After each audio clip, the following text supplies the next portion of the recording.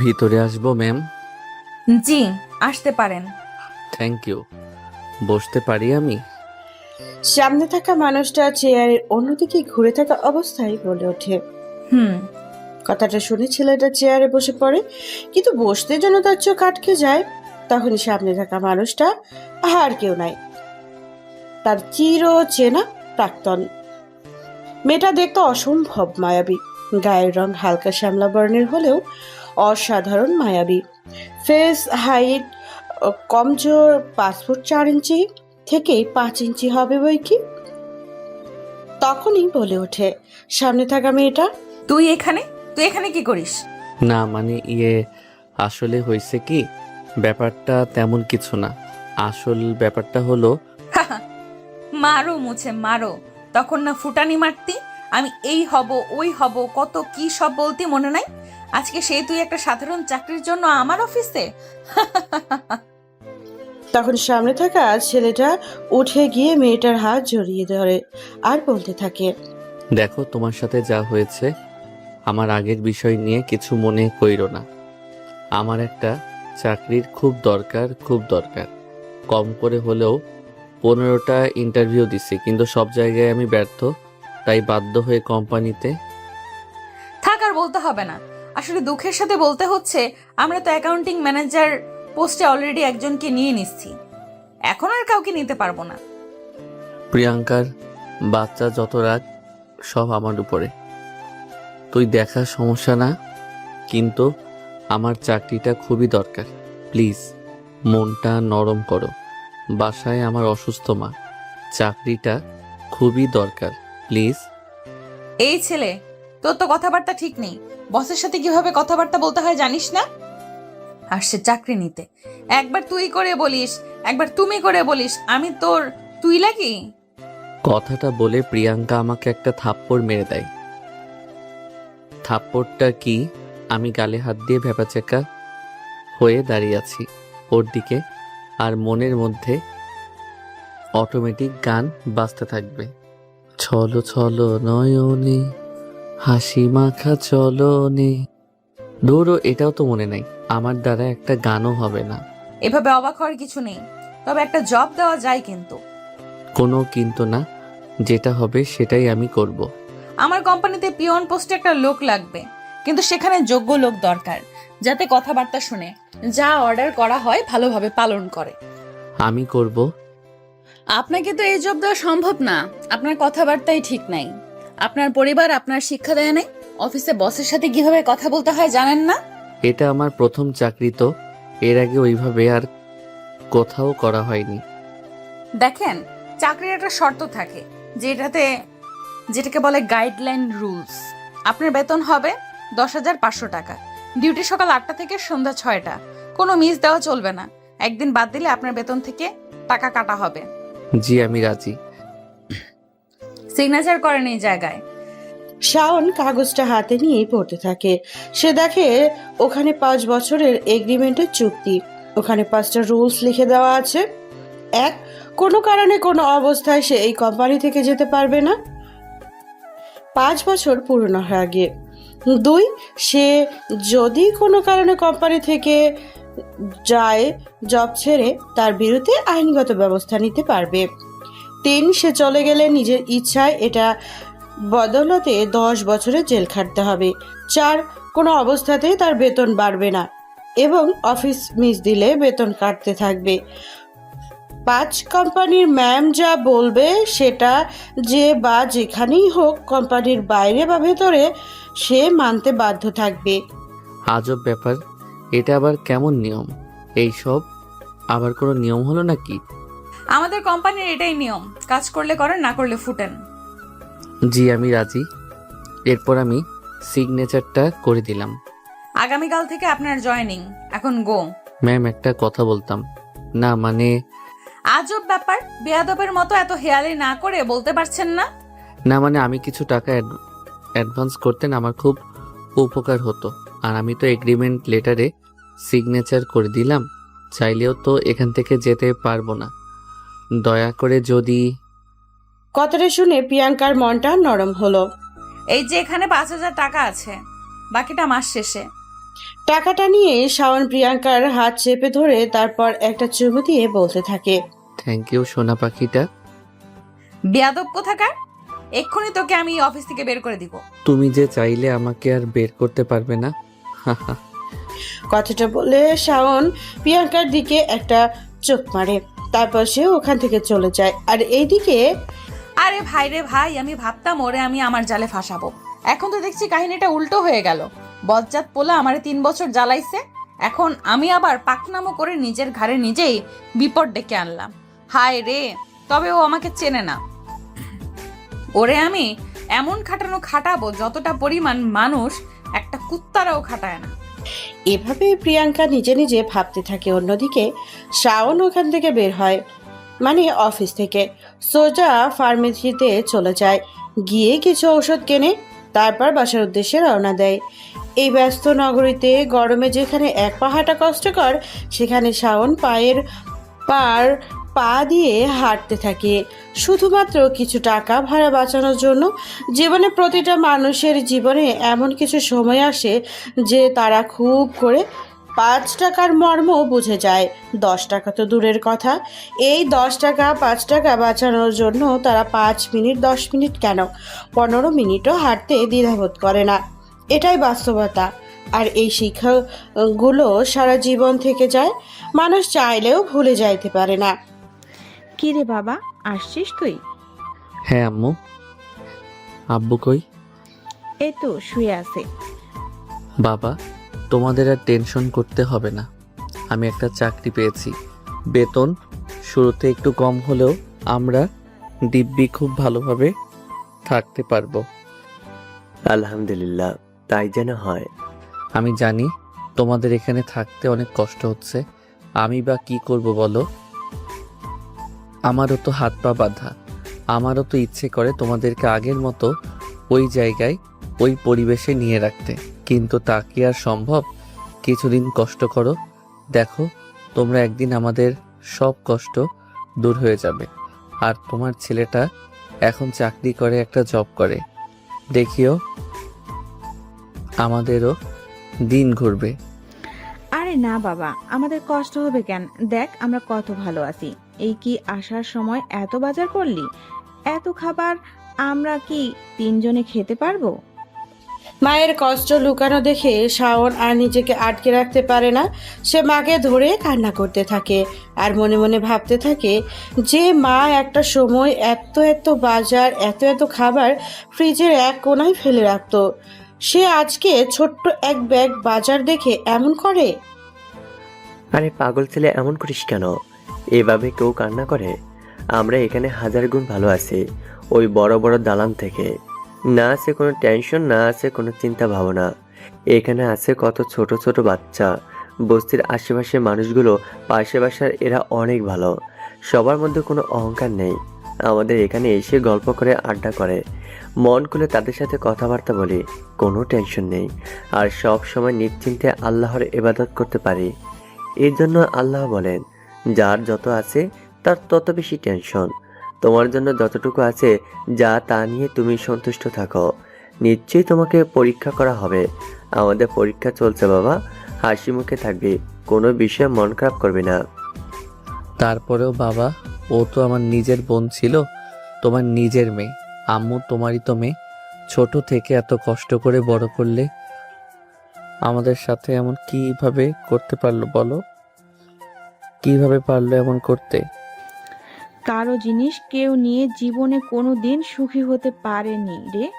তোকে আল্লাহর থেকেও ডাবল ফেরত দিবে, দেখিস, মন খারাপ করিস না। তারপরে শাওনের আম্মু রান্না করতে চলে যায় আর শাওন হাত মুখ ধুয়ে ফ্রেশ হয়ে নেয়। এর মাঝে পাশের বাসা থেকে শ্যামলী চলে আসে। ও কাকা, কেমন আছো? ভালো হয়নি? তখনই শুভর আব্বু শুভর দিকে চোখ ইশারা দেয়। এই ইশারাটা হলো হিডেন সংকেত, যার অর্থ আপদ আবার আসছে। এই তো মা ভালো আছে, তুমি কেমন আছো? ভালো আর থাকুম কই কাকা, ওই টাকলা কালোর জন্য কি ভালো থাকার আছে? ওই একটা পাক্কা হারামি। তা মা, নিজের স্বামীকে কি কেউ এভাবে বলে? শ্যামলী হালকা কালো বর্ণের একটা মেয়ে, ওজন খুব জোর 48 থেকে 50 কেজি হবে। গার্মেন্টসে চাকরি করে। শ্যামলী মুখে পান খাইতে খাইতে লাল করে ফেলছে। তখনই পানের ডগায় কিছু মানুষ আছে না, পান খায় আর ডগার মাথার চুন নিয়ে একটু একটু পরে চুন খায়। এইভাবে অনেকটা চুন খেয়ে নিয়ে সে বলতে থাকে, আরে শ্যামলী আপা যে পরিমাণ চুন মুখে দিলেন মুখ তো পুড়ে যাবে। এত চুন খান আপনি? ভাই, আমাদের গরিব মানুষের আবার মুখ মুখ তো না, মনে হয় ধান ভাঙার হলার। চুন এটা ওইটা যাই দিয়ে একেবারে হলার হয়ে চলে যাবে। এইখানে এসব বাঁচাবাঁচি নেই। আপা আপনিও না পারেন। আপনার সাথে কথাই জীবনে কেউ পারবে না। আজ আমরা এই জায়গায় না আসলে গরিব মানুষের মন কখনোই বুঝতাম না। তার মুখে যাই বলুক, ভেতর থেকে তারা কতটা নিঃস্বার্থভাবে পরোপকারী। এদের মন সত্যি অতুলনীয়। শ্যামলীকে দেখ, চাচি অসুস্থ বলে রান্না করতে চলে গেল। কথাটা বাবা তুমি সত্যি বলছো? আসলে এরা মনের দিক থেকে অনেক ভালো। হ্যাঁ রে, মনে রেখো বাবা, আমি একদিন তো বড় হবই, আর লাইন বাই লাইন আমাদের সাথে হয়ে যাওয়া অন্যায়ের বিচার আমি করব, খুব ভয়াবহভাবে, যা কল্পনারও বাইরে। কথাটা বলে শাওন বাইরে চলে যায়। ওইদিকে শ্যামলী গিয়ে শাওনের মাকে রান্নার কাজে হেল্প করে। এভাবে দিনটা গড়িয়ে রাত হয়ে যায়। রাতে সবাই খেয়ে দিয়ে ঘুমিয়ে পড়ে। সকালবেলা শাওন হালকা নাস্তা করে হেঁটে অফিসের উদ্দেশ্যে রওনা দেয়। এছাড়া তার কোনো উপায় নেই। তার বাসা থেকে যদি রিকশায় করে প্রতিদিন অফিসে যাওয়া আসা করে, তাকে 40-80 টাকা ভাড়া দেওয়া লাগবে, যা তার 10,000 টাকার চাকরির জন্য অসম্ভব। এভাবে ভাড়া দিলে তার মাসে প্রায় 3,000 টাকা চলে যাবে এক্সট্রা। তার পক্ষে অনেক কষ্ট হয়ে যাবে, তাই সে হেরে যায়। এমনিতেই সংসার খরচ, বাবা মায়ের ওষুধের বিল সবকিছু মিলিয়ে কষ্ট হয়ে যাবে, এ কথা ভেবে সে এমন করে। আসলে ঢাকা শহরে যারা অল্প বেতনে চাকরি করে তারা বুঝবে এই ব্যাপারটা। রিক্সাতে উঠলেই 30 টাকার কম ভাড়া নেই, সে আপনি 5 মিনিট যান বা 2 মিনিট যান, যাই হোক। শাওন অফিসে পৌঁছাতেই ঘড়ির দিকে তাকিয়ে দেখে 8:25 বেজে গেছে। তখনই সে প্রিয়াঙ্কার রুমে যায়। আসতে পারি ম্যাম? ওর কথা শুনে মেজাজটা আমার খারাপ হয়ে যায়। হাতে থাকা ফাইলটা ওর দিকে ছুঁড়ে মারি। তারপর বলতে থাকি, বেয়াদপের বাচ্চা, তোর বাপের বাড়ি এটা, যখন ইচ্ছা তখন আসবি। তোর তোর অফিস কয়টায়? 8টা। বাজে কত? 8:25। 25 মিনিট তোর বাপের জিনিস? বের হয় এখান থেকে, ছোট লোকের বাচ্চা। তখন আমি ভালোভাবে ওর দিকে তাকালাম, দেখি ফাইল মাথায় লেগে ওর কপালে একটু কেটে গেছে। ও আমার দিকে মিষ্টি একটা হাসি দিয়ে চুপচাপ রুম থেকে বেরিয়ে যায়। ব্যাপারটা আমার কাছে খারাপ লাগে। এইভাবে করা কি ঠিক হয়েছে? ঠিকই আছে, নির্লজ্জটা আমাকে 9টা মাস কম কষ্ট দেয় নাই। ওর পা পর্যন্ত ধরা বাকি ছিল। একটা রাস্তার কুত্তাও মনে হয় কোনো কিছুর জন্য এমন করে না, কিন্তু তাও আমার কথা শুনে নেই। সেই দিন কতগুলো মানুষের মাঝে আমাকে ছেড়ে চলে যায়। ওর সাথে তো আরো খারাপ ব্যবহার করা উচিত আমার। কি ব্যাপার, অফিসে নতুন নাকি? জি। আপনি আর কোম্পানি পাননি, মানুষ দায় পরে কোম্পানিতে চাকরি করে, কুত্তার চেয়েও খারাপ ব্যবহার। যাই হোক, কি আর বলবো, আস্তে আস্তে বুঝে যাবে। আমি চুপচাপকে পাশের একটা ডেস্কের পাশের চেয়ারে বসে পড়লাম, মাথা নিচু করে আছি। তখনই বেল বাজলো। আমি অফিস রুমের ভিতরে ঢুকলাম। আমাকে দেখে একটা মেয়ে বলে উঠল, একটা ব্ল্যাক কফি দিবেন, চিনি কম দিয়ে। আচ্ছা। তারপর আমি কফি বানাতে চলে যাই। জীবনে ওইভাবে কফি বানাইনি। তারপরও ইউটিউব দেখে দেখে বানালাম। তারপরে অফিসের ওই মেয়েটার কাছে নিয়ে গেলাম। আপনি কি নতুন? জি, আমি এখানে নতুন কাজে এসেছি, মানে পিয়ন। তা বলিনি, এটা আমি জানি যে আপনি এখানে নতুন কাজে এসেছেন। তবে আপনার কফিটা খেয়ে মনে হচ্ছে যে আপনি নতুন কফি বানাইছেন। এর আগে ওইভাবে কফি বানাননি। জি ম্যাম, কোনো কি সমস্যা? আরে পাগল, চিনির পরিবর্তে লবণ দিয়েছেন কেন? এই যা, মান সম্মান শেষ। সরি ম্যাম, আসলে দেন, আমি এক্ষুনি ঠিক করে আনছি। না থাক, তবে কফিটা দারুণ লাগছে, নতুন টেস্ট, লবণ কফি। আপনাকে দেখে মনে হয় আপনি কোনো শিক্ষিত পরিবারের ছেলে বা শিক্ষিত হতে পারেন। তবে আপনি এখানে পিয়ন পোস্টে, ব্যাপারটা আসলে। না ম্যাম, আসলে আমি খুব একটা না ম্যাম, আসলে আমি খুব একটা শিক্ষিত পরিবারের ছেলে না, খুব গরিব পরিবারের একটা ছেলে। অনেক চাকরি খুঁজছিলাম কিন্তু পাইনি, কিন্তু মোটামুটি পড়ালেখা জানি। তবে চাকরি না পেয়ে বাধ্য হয়ে এখানে এই জবটা করতে বাধ্য হই। বাসায় অসুস্থ বাবা মা, সব মিলিয়ে আমার আর উপায় ছিল না। বাহ, আপনি তো মনে হচ্ছে খুব দায়িত্ববান ছেলে। তা কোন ক্লাস পর্যন্ত লেখাপড়া করেছেন? জাহাঙ্গীরনগর বিশ্ববিদ্যালয় থেকে অনার্স কমপ্লিট করছি, পলিটিক্যাল সায়েন্স সাবজেক্টে। কথাটা শুনেই নীলার গলায় হালকা কফি বাঁধার মতো অবস্থা। কাশি দিতে দিতে বলতে থাকে, কি বললেন? জি, যা শুনছেন তাই। আপনি এমন একটা এডুকেটেড ছেলে হয়ে পিওনের চাকরি করছেন? ব্যাপারটা অবিশ্বাস্য। বাই দ্য ওয়ে, আমি যতটুকু শুনেছি আমাদের ম্যাম নাকি জাহাঙ্গীরনগর ইউনিভার্সিটি থেকে উনিও পলিটিক্যাল সায়েন্সে পাশ করেছেন। আপনি কি চেনেন তাকে? আপনাদেরই তো সিনিয়র জুনিয়র বা সমবয়সী ডিপার্টমেন্টের হতে পারে। না ম্যাম, আমি এভাবে চিনি না তাকে। কি ব্যাপার, এখানে প্রেম প্রীতি চলছে? ফষ্টি নষ্টি করার কোম্পানি চালাই না আমি? এই বেয়াদব মেয়ে, কাজ ফেলে এত কথা কিসের? কতবার কলিং বেল বাজাইছি আমি। পিয়নের কি কান খারাপ? কথা কানে যায় না? না ম্যাম, আসলে কপালে একটু ইনজুরি, টেপ লাগিয়ে বসেছিলাম, তখনই এই ম্যাম কফির জন্য অর্ডার দিল। আমি তো শুধু কফি দিতে আসছিলাম। কফি দিতে আসা কি পার্সোনাল পড়াশোনার কথা নাকি? প্রেম প্রীতির কথা আমি ভালোই শুনছি। কেন, আপনি কি লুকাই লুকাই আমাদের ফলো করছিলেন বা কোনো কারণে? অতি উত্তরে প্রিয়াঙ্কাকে একটা থাপ্পড় মেরে দেয় আর বলতে থাকে, 2 মিনিটে তোরে আমার কেবিনে যেন দেখি। কথাটা বলেই আমি আমার ডেস্কে চলে গেলাম। কি ব্যাপার, ম্যামকে দেখে মনে হলো কোনো কারণে জেলাস? যাই হোক, আপনি যান, আমি কাজ করি, না হয় আবার এসে শুরু করবে।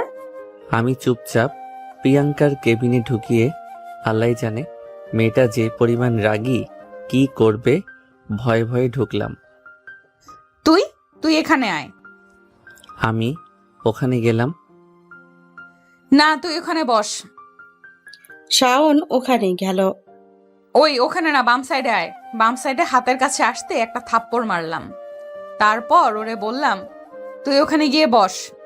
কথাটা শুনে শাওন চেয়ারে গিয়ে বসে পড়ে আর চুপচাপ দেখতে থাকে কি হয়। প্রিয়াঙ্কার কেবিন ছেড়ে হাঁটতে থাকে, একবার ডানে তো একবার বামে যায়, আবার চেয়ারে বসে। শাওন মিটমিট করে হাসতে থাকে। তখনই হাসিটা প্রিয়াঙ্কা দেখে ফেলে। প্রিয়াঙ্কা রাগতেই মুখটা রক্তের মতো লাল বর্ণ করে ফেলে। তারপর আবার নিজের চেয়ারে গিয়ে বসে পড়ে আর বলতে থাকে, 2 মিনিটের মধ্যে একটা চা আনবি। পাতির কালার যেন বেশি না হয়, আবার কালার যেন কমও না হয়। চিনি যেন বেশি না হয়, চিনি যেন কমও না হয়, চিনি যেন মিডিয়াম না হয়। ম্যাম, এটা কোন দেশের চা? এরকম চাই কি আদৌ কে বানাইছে? আমি কই থেকে আনবো? এইটা উগান্ডা হইছে, আমি উগান্ডা থেকে খাইছিলাম একবার। তুই এখন বানিয়ে খাওয়াবি। যদি ভুল হয় তারপর দেখিস আমি কি করি। এমনিতেই আজকে একটা প্রজেক্টের কাজ হাতছাড়া হয়ে গেছে। যে না, সাতচুন্নি রাগী ডাইনি এমন মানুষ আবার প্রজেক্ট মিস করবে না তো আবার পাবে? কিছু বললি তুই? তা তো কই, কিছু বলতে পারি আমি? তুই রে পাকা শেয়ানা জিনিস, বল কি বলছিস? বলছি যে আপনি অনেক ভালো, আপনার মতো মেয়ে হয় না। আপনি পরীর মতো দেখতে, আপনি অনেক লক্ষ্মী, যার বউ হবেন সে অনেক ভাগ্যবতী। শুকনা গাছে তেল দিয়ে লাভ নেই, যা এক্ষুনি কফি বানিয়ে আনবি। দেরি যেন না হয়, তাহলে তো বুঝতেই পারছিস কি হবে। আর কি করারে ভাই, এমন মাইন্ডকার চিপাই ফাইসা গেছি, না পারি কিলতে, না পারি বের করতে। যাই হোক, কারণ এক্সের কোম্পানিতে আর কোনোদিন চাকরি করতে যাইয়েন না কেউ, তাহলে এই অবস্থা হবে। আমি গিয়ে অনেক চেষ্টা করলাম, কিন্তু যে অর্ডার দিছে এমন চাকরি জীবনে বানাতে পারবো আমি? তাও যথাসম্ভব চেষ্টা করলাম। তারপরে সোজা কফিটা নিয়ে রুমে গেলাম। এত তাড়াতাড়ি হয়ে গেল? কেন ম্যাডাম, আপনার উগান্ডার কফি কি দেরি হয় বানাতে? সরি চা। প্রতিউত্তরে প্রিয়াঙ্কা চোখ বড় বড় করলো। ম্যাম এই নেন। প্রিয়াঙ্কা কফিটার 2টা চুমুক দিতে ওয়াক্থু বলে ফেলে দিল। তারপরে প্রিয়াঙ্কা বলে উঠল, এইদিকে আয়। কেন সোনা, কি দিবা নাকি? হ্যাঁ সোনা, তুমি অনেক কফি বানাইছো, তাই তো আদর করব। আমি কি নিজের কানকে বিশ্বাস করছি? তোকে বিশ্বাস তো করতে ইচ্ছা করছে, কিন্তু আমার কানে কি আমি ঠিক শুনছি? হ্যাঁ সোনা, ঠিকই শুনেছো, আসো একটু আদর খাবা না? ওরে আমার বুড়ো মুলুটা রে। আমি বুড়ো হলাম কবে? আমার কাছে এসো সোনা, বোঝাচ্ছি কবে হবে। শাওন খুশি খুশি প্রিয়াঙ্কার কাছে যেতেই প্রিয়াঙ্কা তার হাতটা ধরে কফের মধ্যে চেপে ধরলো। 3টা আঙ্গুল কফের মধ্যে ডোবা অবস্থায় শাওন। ও মা গো, মরে গেলাম। প্রিয়াঙ্কা হাত ছাড়ো বলছি। এক ঝাঁকি দিয়ে হাতটা কফির গ্লাস থেকে ছাড়িয়ে নিলাম। তোমার অফিসে কাজ করি বলে জানা, তাই করবে? আমার কাজ একটা, যদি অর্ডার অমান্য হয় এখানে মেরে পুঁতে রেখে দেব। মাসে মাসে টাকা দিয়ে কারো রূপ দেখার জন্য এখানে রাখি না। প্রিয়াঙ্কা বাবু, তুমি চিৎকার করলে যে? আমি ঢুকতে ঢুকতে তোমার চিৎকার শুনে দৌড়ে আসলাম। Any problem? রূপ, তুমি আসছো? আসলে দেখো না, আমাদের কোম্পানির পিয়ন হয়ে কিভাবে আমার হাতটা এই চার মধ্যে দিয়ে গেছিল। তোর এখানে চাকরি দিছে কে? ছোট লোকের বাচ্চা। তোদের কাজ যাদের খাবি তাদের সাথে এমন ব্যবহার করা না। তোদের মতো গরিব ফকিনীরা কোনোদিন মানসম্মত হতে পারে না। প্রতি উত্তরে আমি হতবাক। আমি আশাও করি নাই আমাদের 3 বছরের এত সুন্দর একটা ভালোবাসার এই ছোট্ট একটা গ্যাপে আমাকে ভুলে আরেকজনকে আপন করে নিবে। আমারই ভালোবাসার মানুষ একজনকে কি ভুলে যাওয়া এতটাই সহজ?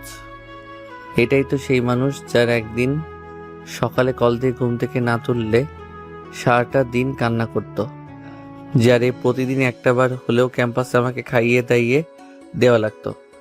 এটাই তো সেই মানুষ আমার জন্য পাগল প্রায় অবস্থায় প্রতিনিয়ত থাকতো, আমার একটা কথা শোনার জন্য পাগলের মতো ছটফট করতো। সেই মানুষটা। কিরে ছোট লোকের বাচ্চা, কি ভাবছিস? বেরো রুম থেকে, না হয় গায়ে হাত পড়ে যাবে কিন্তু। এরে আজকে বের করে দিব। বাবু শান্ত হও তুমি, 5 বছরের চুক্তি ভিত্তিক, চাইলেই হবে না। কিরে, তুই এখনো যাসনি? বের হ। কথাটা শুনে আমার হুঁশ আসলো। আমি মাথাটা নিচু করে চুপচাপ বের হয়ে আসলাম। তারপরে সোজা সাথে উঠে আসলাম। আকাশে সূর্যের আলো প্রচণ্ড বেশি। ওই অবস্থায় সূর্যের দিকে তাকিয়ে ভাবতেছি, আমি তোরে ভুলতে পারলাম না, তাহলে ও কিভাবে পারলো? আপনাদের এখনো অনেক কিছু অজানা। আসলে প্রিয়াঙ্কা হচ্ছে আমার এক্স গার্লফ্রেন্ড। ইউনিভার্সিটি লাস্ট 3টা বছর ওর সাথে আমার প্রেম। ও যেন সারাদিন আমি ছাড়া কিছু বুঝতো না।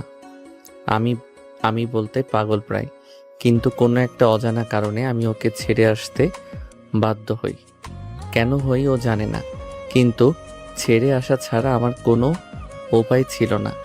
বাধ্য হয়ে ওকে ছেড়ে আমাকে আসতে হয়। আজ 9 মাস পরে ও আজ অন্য কাউকে পেয়ে গেল, কিন্তু ওকে ছাড়া আমার একটা রাত যায় না। প্রতিনিয়ত ওর ব্যথা আমাকে খুব করে কুঁকড়ে কাঁদায়, কিন্তু ও আর একজনকে খুঁজে নিল। যাই হোক, আমি তো ওকে ছেড়ে চলে আসলাম। ও কি আমার জন্য বসে থাকবে? থাকবে তো না, নতুন করে শুরু করবে, ভালো থাকবে। ওর মতো ভালো আছে, আমার এত মাথা ব্যথা করে লাভ আছে? থাক না ও ভালো। যাই হোক, আমি ছাদ থেকে নিচে নেমে আসলাম। নিচে আসতেই, কি ব্যাপার পিয়ন মশাই, মন খারাপ নাকি? জি না, তেমন কিছু না।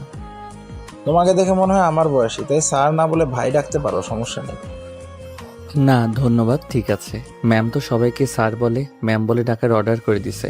তখন আবার এসব শুনলে বুঝতেই তো পারছেন। আরে ম্যামের সামনে রাখতে কে বলেছে? যখন ম্যাম থাকবে না তখন। আচ্ছা ভাই, ঠিক আছে। তো আমার জন্য একটা কফি বানিয়ে আমার ডেস্কে নিয়ে যাও। আচ্ছা ভাই, আমি এক্ষুনি নিয়ে যাচ্ছি, সমস্যা নাই। তারপরে শাওন কফি বানিয়ে অভ্রর ডেস্কে নিয়ে যেতে থাকে। আসেন, এরই মাঝে একটা ছোট্ট ফ্ল্যাশব্যাক আপনাদের দেখিয়ে আসি। আমি বুঝতে পারছি কিছু কিছু জিনিস আপনাদের বুঝতে অসুবিধা হচ্ছে, অনেক কিছুই আপনার। চলেন একটা একতরফা ফ্ল্যাশব্যাক থেকে ঘুরে আসি। আসলে শাওন আর তার পরিবার মোটামুটি ধনী সংক্রান্ত পরিবারের ছিল। শাওনের বাবা ছিল দেশের টপ পোশাক শিল্পপতির মধ্যে অন্যতম একজন। তাদের বড় একটা গার্মেন্টস ফ্যাক্টরি ছিল, শাওন এক্সপোর্ট কর্পোরেশন নামে। এর পাশাপাশি 2টা ছোট্ট গার্মেন্টস ছিল। তারা বাংলাদেশ থেকে বিভিন্ন পোশাক তৈরি করে ইউরোপের বিভিন্ন দেশে রপ্তানি করত। মোটামুটি খুব বড় ব্যবসা ছিল। তাদের পরিবারটাও খুব হাসি খুশি শান্তিময় পরিবার ছিল। শাওন সবসময় এই সব থেকে দূরে থাকার চেষ্টা করত। সে তার মতো তার লেখাপড়া ইউনিভার্সিটি নিয়ে ব্যস্ত থাকতো। শাওনের একটা বোন ছিল যা সে শাওনের থেকে বড়। শাওন যখন ইউনিভার্সিটির প্রথম ইয়ারে, শাওনের বোন তখন ইউনিভার্সিটি শেষে পড়ে। তারপরে তাকে দেশের আরেকটা বিজনেসম্যান আকাশ চৌধুরীর একমাত্র ছেলে নাইম চৌধুরীর সাথে বিয়ে দেয়। বিয়ের আজ পর্যন্ত শাওন আর শাওনের বোন যেন দুজন একজন একজনের চোখের মণি ছিল। তাই বোনের এত মধুর সম্পর্ক তাদের না দেখলে যেন বোঝাই যায় না। একজন আরেকজনের ছাড়া খাবারের যেন খেতে চাইতো না। এরই মাঝে বিয়ের প্রথম একটা বছর বেশ ভালোই ছিল। বিয়ের 1 বছর পর শাওনের বোন তো তার শ্বশুর বাড়িতে থাকতো। এদিকে শাওন তার ইউনিভার্সিটি নিয়ে ব্যস্ত। পাবলিক ইউনিভার্সিটিতে ক্লাস করাই লাগবে, না হয় ইন কোর্স মার্ক দিবে না, তাই তাকে ইউনিভার্সিটিতে থাকতে হতো। এরই মাঝে শাওনের বাবা একদিন অসুস্থ হয়ে যায়। তাই এত বড় ব্যবসা শাওনের বাবার পক্ষে দেখা অসম্ভব হয়ে যায়। তখন তাদের ব্যবসার মধ্যে শাওনের দুলাভাই ঢোকে। সবারই বিশ্বাস ছিল শাওনের দুলাভাই আর শাওনের বোন তাদের নিজেরই মানুষ। কিন্তু 1.5 বছর না যেতেই তাদের বোনের যেন চেহারা বদলাতে থাকে। একদিন একটা এক্সপোর্টের ডিল ফাইনালের কাগজ বলে শাওনের বোন আর শাওনের দুলাভাই শাওনের আব্বুর থেকে অনেকগুলো পেপারে সিগনেচার নেয়। ওইটার মাধ্যমে শাওনের আব্বুর 3টা গার্মেন্টস যত ব্যবসা প্রতিষ্ঠান ছিল শাওনের দুলাভাই নিজের নামে করে নেয়। নাইম চৌধুরী কিন্তু শাওনের বোন জানতো যে শুধু গার্মেন্টস, সেই ব্যবসা যেমন আছে তেমনি থাকবে, শুধু গার্মেন্টসগুলো তার নিজের নামে করতে হবে। সঞ্জিতা চৌধুরী তাই মনে করেছিল, কিন্তু নাইম চৌধুরী তার বউরে লোক দেখায়, তার নামে করার কথা বলে সব নিজের নামে করে নেয়। তারপরে তাদেরকে বাসা থেকে বের করে দেয়। সঞ্জিতা চৌধুরী তার ভাই বেশি ভাবে বলে হিংসা থেকে নিজের নামে সবকিছু করতে গিয়ে আজ তার বাবা মাকে রাস্তায় নামিয়ে দিল। কিন্তু শাওনের বাবার নাম 2টা অ্যাকাউন্ট ছিল ব্যাংকে।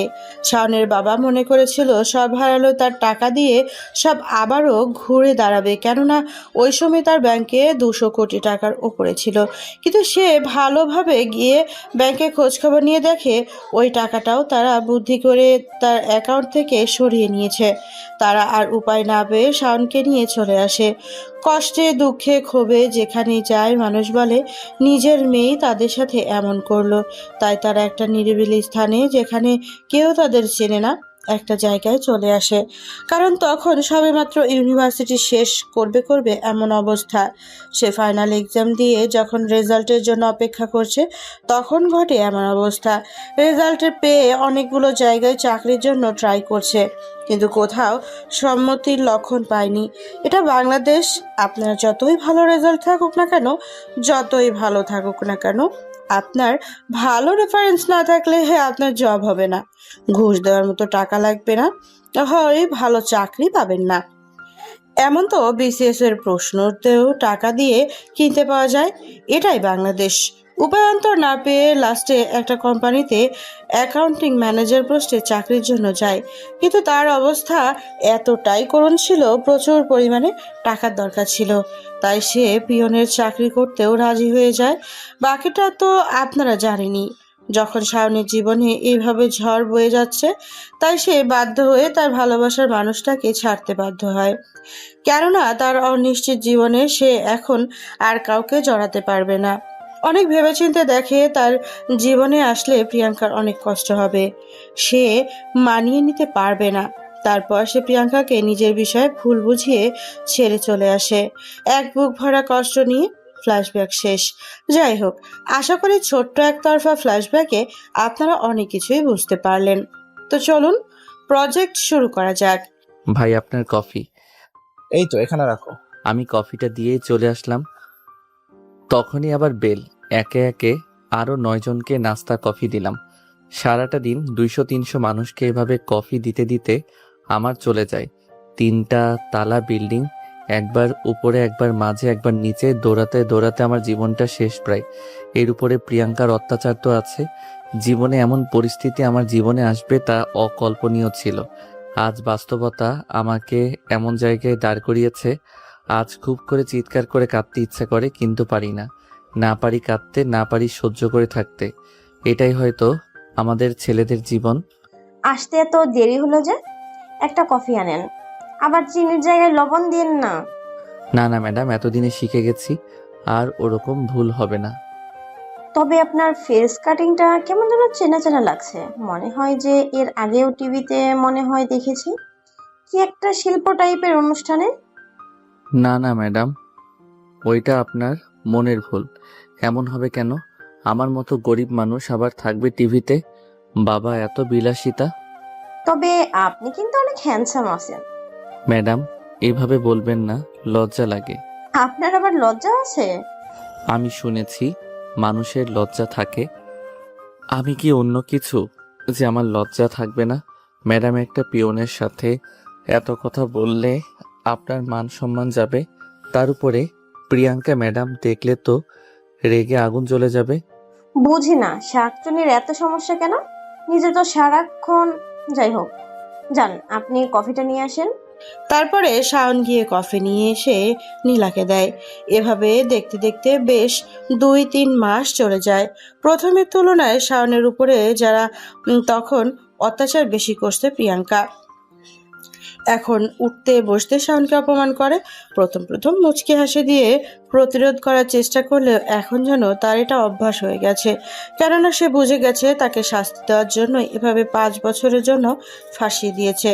সে হাজার কষ্ট যন্ত্রণা বাস্তবতার মাঝেও নিজের লেখাপড়াটা চালিয়ে যাচ্ছে। বিভিন্ন ভালো চাকরির পরীক্ষার ইন্টারভিউ দিচ্ছে, কিন্তু বারেবার চা খাওয়ার নাস্তা খাওয়ার জন্য টাকাই চায়, 15-10 লাখ। উপায় না পেয়ে শাওন ডিসিশন নেয়। না, এভাবে আর হবে না। আমাকে সিভিল সার্ভিস বাংলাদেশ বিসিএস এর জন্য ট্রাই করতে হবে। না হয় অসম্ভব, শুধু এ দুয়ার ও দুয়ার ঘুরে বেড়াবো, কিন্তু জব পাবো না। তার উপরে যে যন্ত্রণা দিচ্ছে প্রিয়াঙ্কা, এর থেকে মাঝে মাঝে মনে হয় মারা গেলেই হয়তো ভালো হয়। যাই হোক, একটা ভালো জবটাকে পাই, তারপরে এটার ব্যবস্থা করা যাবে। এসব ভাবতে ভাবতে আম্মু খাবার নিয়ে আসলো। বাবা, তোর আসতে আজকে রাত হলো যে? বাবা, তুমি তো দেখছই ওই এখানে বেতন কম, তার উপরে যে পরিমাণ পরিশ্রম করায়। আমি আরেকটা জব খোঁজার চেষ্টা করছি, কিন্তু সব জায়গায় টাকা চাই। কি করব বুঝতে পারছি না। আমার মনে হয় তুই তো পলিটিক্যাল সায়েন্সে পড়ছিস, তুই বিসিএস প্রশাসন ক্যাডার পরীক্ষা দিতে পারিস। আমি বিশ্বাস করি আমার ছেলে অনেক মেধাবী, তার ইনশাল্লাহ হয়ে যাবে। এমন মেয়ে পেটে রেখে আমি কি বড় ভুল করলাম? আজ আমার ছেলের এই অবস্থা। যেই আমরা একটু সময় হাজার হাজার মানুষকে চাকরির ব্যবস্থা করতাম, আজকে সেই আমার ছেলে। আল্লাহ গো, এদিন দেখার আগে আমাকে নিয়ে গেলে না কেন? এভাবে বলে না, আল্লাহ নারাজ হবে। নিশ্চয় ধৈর্যশীলদের সাথে আল্লাহ আছে। ধৈর্য ধারণ করো, তাই দেখবে আমাদের দিন আবার ভালো হবে। শুধু ধৈর্য ধরো। আমার আল্লাহকে এত মানি, এত ভালোবাসি, তারপরও আল্লাহ কেন আমাদের সাথে এমন করছে? এটাই কি তার প্রতিদান? তিনি তো সৃষ্টিকর্তা, সব থেকে ক্ষমতাশালী। তাহলে আমাদের উপর অন্যায়ের বিচার কি তিনি করবেন না? এতটা ধৈর্য হারা ইমান হারা হলে হবে না। আল্লাহ যখন যাকে খুশি দেয় আবার নিয়ে নেয়, আবার ইচ্ছে করলে দিতে পারে। তাই এইসব নিয়ে এতটা অসন্তুষ্টজনক কথাবার্তা না বলাই ভালো। শাক দিয়ে কি আর মাছ ঢাকা যায়? আল্লাহ আমাদের ভুলে গেছে। শক্ত সময় তুমি যদি শক্ত না হও, ধৈর্য না ধরো, তাহলে তুমি তো ধৈর্যশীলদের কাতারে পড়লে না। তোমার সাথে যদি সবকিছু ভালোই হবে, তাহলে তোমাকে কেন এই পৃথিবীতে তিনি পাঠালো? কেনই বা বলল এই পৃথিবীটা একটা পরীক্ষা মাত্র? তাই ধৈর্য আমাদের ধরতেই হবে মা। আমার ছেলেটা কবে বড় হলো? অনেক আগেই হয়েছে, শুধু একটা বউয়ের ব্যবস্থা করলে না? হ্যাঁ, আমার ছেলেটা একদিন প্রশাসন ক্যাডার হবে, বড় অফিসার হবে। সেদিন আমার ছেলেকে ধুমধাম করে বিয়ে দিব। আমরা এখন যে কষ্ট করছি, পরে মেয়েকে নিয়ে এমন এই কষ্টের মধ্যে কিভাবে রাখবো? হ্যাঁ গো, ঠিক বলছো। আসো খাবার খেয়ে নেই। ওরে কালা টাকলা রে, তোর টাক আজ আমি ফাটাবো। বলেই পাশের বাড়ির টিনের সাথে জোরে একটা সাউন্ড হলো। ওই দেখো আবার শুরু হয়ে গেছে। তোমরা খেতে বসেও দেখি কি হলো। তারপরে শাওন আর তার বাবা খেতে থাকে। তখন শাওনের মা শ্যামলীদের বাসায় যায়। দেখছো চাচি, আজকে আবার আমাকে টাকার জন্য গায়ে হাত দিছে। আপনারা তো দেখে শিক্ষিত মনে হয় চাচি। আপনি বলেন তো, বউয়ের টাকা মানে জামাইয়ের টাকা না? এই শ্যামলী কথাটা বোঝে না। আহারে আমার রূপের পুরুষ রে, আমি কষ্ট করে টাকা আনবো আর তুমি সেই টাকা দিয়ে মদ গাঁজা খাবা না? অত গুড় আইতেছে রে। কত গুড়ে কত চাল হয় তাও আমি তোরে দেখাবো। এই তোর কপালে টিকটিকি টিকটিকি। ও মা গো, নড়িস না নড়িস না। কথাটা বলেই রুকমান শ্যামলীর কাছে টিকটিকি ধরা বলতে গিয়ে হাত থেকে ছো মেরে টাকা নিয়ে দৌড় মারে। আর শ্যামলী খানিকক্ষণ বকতে থাকে। শুভর মা শ্যামলীকে শান্ত করে তারপর নিজের রুমে চলে আসে। তারপরে এসে খাবার খেতে বসার সাথে সাথে গল্প করতে থাকে। এভাবে দেখতে দেখতে রাত পার হয়ে যায়। পরের দিন সকালে শুভ সব কিছু গুছিয়ে অফিসের উদ্দেশ্যে রওনা দেয়। সে বাসা থেকে বের হয়ে হাঁটতে থাকে। সে চুপচাপ রাস্তার ধার দিয়ে হাঁটতে থাকে। 8টা বাজে 5 মিনিট এসে পৌঁছায় অফিসে। সে তখনই বেল বেজে ওঠে। ম্যাডাম আমাকে ডাকছেন? কিছু লাগবে আপনার? আপনাকে দেখলাম হেঁটে আসতে, বাস বা রিক্সায় কেন আসে না? না ম্যাম, তেমন কিছু না, সমস্যা নাই, এমনি। আমি কিছু জিজ্ঞাসা করছি, বেশি প্রশ্ন করলে কি হয় আশা করি এতদিনে বুঝে গেছেন। যে পরিমাণ স্যালারি পাই ঢাকা শহরে, আব্বু আম্মু আমি 3 জন থাকতে কষ্ট হয়ে যায়। তার উপরে আব্বু আম্মুর ওষুধ খরচ, খাওয়া খরচ, তার ভিতরে যদি মাসে 3000 টাকা প্লাস মাইনাস ভাড়া লেগে যায় তাহলে আমার জন্য অনেক কষ্ট হয়ে যাবে। এসব নাটক বাদ দেন। এত কোটিপতির ছেলে আমার এখানে টাকার জন্য চাকরি করে, এইসব পাগল আমারে বোঝান? কি ধান্দা নিয়ে এখানে আসছেন বলেন? যদি মনে করেন এসব ধান্দা করে আমাকে আবার পটিয়ে ফেলবেন, তা আর কখনো সম্ভব না। ওই দিন আপনার পা পর্যন্ত ধরে আটকে রাখতে পারিনি, কিন্তু আজকে এসে আপনি পড়ে আছেন আমার জন্য। এ সকল উল্টোপাল্টা ভাবনা না করে এখান থেকে চলে যান, আপনার জন্য ভালো হবে। যতদিন থাকবেন তত বেশি কষ্ট পাবেন। Thank you your compliment. তবে ম্যাম আমি এক্সট্রিমলি সরি। আসলে আপনার চিন্তা ভাবনার সাথে বাস্তবতার অনেক আলাদা। আমি এইসবের জন্য পড়ে নেই, আপনি ভুল ভাবছেন। তাই নাকি? আমি যখন রূপের সাথে কথা বলি ক্লোজলি মিশিয়ে, আপনার কষ্ট হয় না? আজব তো ম্যাম, আমার কষ্ট হবে কেন? আপনি যার সাথে ইচ্ছে মিশতে পারেন, কথা বলতে পারেন, এতে আমার বিন্দু মাত্র সমস্যা নাই। বুঝলাম, এখান থেকে যান। তারপর আমি ওখান থেকে চলে আসি। এভাবে দেখতে দেখতে আরো 2টা মাস চলে যায়। এই 2টা মাসে অনেক কিছু পরিবর্তন ঘটে গেছে। দিন দিন যেন প্রিয়াঙ্কার অত্যাচার আরো বেড়ে গেছে। কিন্তু শাওন পরিস্থিতির শিকার হয়ে মুখ বুঝে তা সহ্য করে। একদিন শাওন, একটু পরে আমার কেবিনে আসো। বাব্বা, সূর্য কোন দিক থেকে উঠল? আমি কি স্বপ্ন দেখছি? যে মানুষটা দিনরাত আমাকে কষ্ট দেওয়ার ধান্দা করে, সে আজকে নিজের মুখে এত সুন্দর ব্যবহার। এত হা হওয়ার কোনো কারণ নেই, যা বলছি তাই করো। দ্রুত কেবিনে আসো বলে আমি আমার কেবিনে চলে আসলাম। কি ব্যাপার শাওন সাহেব? ম্যাম আজকে আপনার সাথে তো ভালো ব্যবহার, বুঝলাম না ব্যাপারটা। আরে ভাই, আমি নিজেই বুঝছি না, না জানি কোন বাসটা আমার জন্য অপেক্ষা করতেছে। দেখে আসি। দেখে যেও যেন আবার বড় বাস হাতে ধরায় না দেয়। দেখা যাক। আমি প্রিয়াঙ্কার কেবিনে চলে আসলাম। আসবো ম্যাডাম? হ্যাঁ, আর পার্সোনাল কাজ আছে বুঝছো, একটু পরেই তোমার ভাইয়া আসবে। ভাইয়া মানে বুঝতে পারলাম না ম্যাম। আরে রূপ, তোমার দুলা ভাই। অনেকটা অবাক হয়ে, ও তাই নাকি? এটা তো অনেক খুশির খবর। এত ওভার রিয়াক্ট করার দরকার নাই। মুখের ফেস দেখলে একজনের মনের ভাব বোঝা যায়। না ম্যাডাম, যেমন ভাবছেন ব্যাপারটা তেমন না। 500 টাকা নাও। আমার টাকা লাগবে না, আমি নিতে পারবো না। আমি তোমাকে নিতে বলিনি। তাহলে? সোজা দোকানে যাবা, গিয়ে প্রোটেক্টর কিনে আনবা। মানে? যা শুনছো তাই। আজকে ইমার্জেন্সি লাগবে তো আমাদের, আমি লজ্জাতে আনতে পারতেছি না। তুমি যাও, নিয়ে এসো। প্রিয়াঙ্কা তুমি ঠিক আছো? কি বলেন শুনিনি। না মানে তেমন কিছু না। ও দ্রুত যাও। আমি তো জীবনে এসব কিনিনি ম্যাডাম, আমি পারবো না। দয়া করে আপনি অন্য কাউকে দিয়ে। এইটা তোর বাপের বাড়ি না, যা বলবি তাই শোনা হবে। ভালোভাবে কথা বলছি, গায়ে লাগতেছে না? সোজা গিয়ে যা বলছি করে আয়। এরপর আমি ওখান থেকে বের হয়ে রাস্তায় চলে আসলাম। একটা ফার্মেসির দোকানে গিয়ে ঘোরাঘুরি করছি। কেমনে বলবো রে ভাই, জীবনে বলছে নাকি এক্সপেরিয়েন্স নাই। কি ব্যাপার মামা, এভাবে ঘোরাঘুরি কেন? না মানে কিছু কি লাগবে আপনার? হ্যাঁ তো লাগবে। ওই যে আছে না ফু ফু। ফুপু দিয়ে কি বললেন বুঝলাম না। ওই যে হাওয়া হাওয়া ফুলে ফুলে। আরে মামা বুঝতেছি না, বুঝিয়ে বলেন। আর ওই যে বাচ্চারা ফু দিলে ফুলে ওইটা। তো মাথা খারাপ করেন না তো, এখান থেকে যান। এমনিতে আছে আরেক যন্ত্রণায়। নিজের ভালোবাসার মানুষ অন্যের লাগে নাকি কি করবে, তার জন্য আমাকে দিয়ে উল্টাপাল্টা কিনেছে। আমি হাসবো না কাঁদবো ভাই বুঝতেছি না। কি ব্যাপার, চুপ হয়ে গেলেন কেন? আরে ওই যে বাচ্চারা খেলা করে ফু দিলে ফুলে ওইটা। ও বুঝছি বুঝছি, বেলুন নাকি?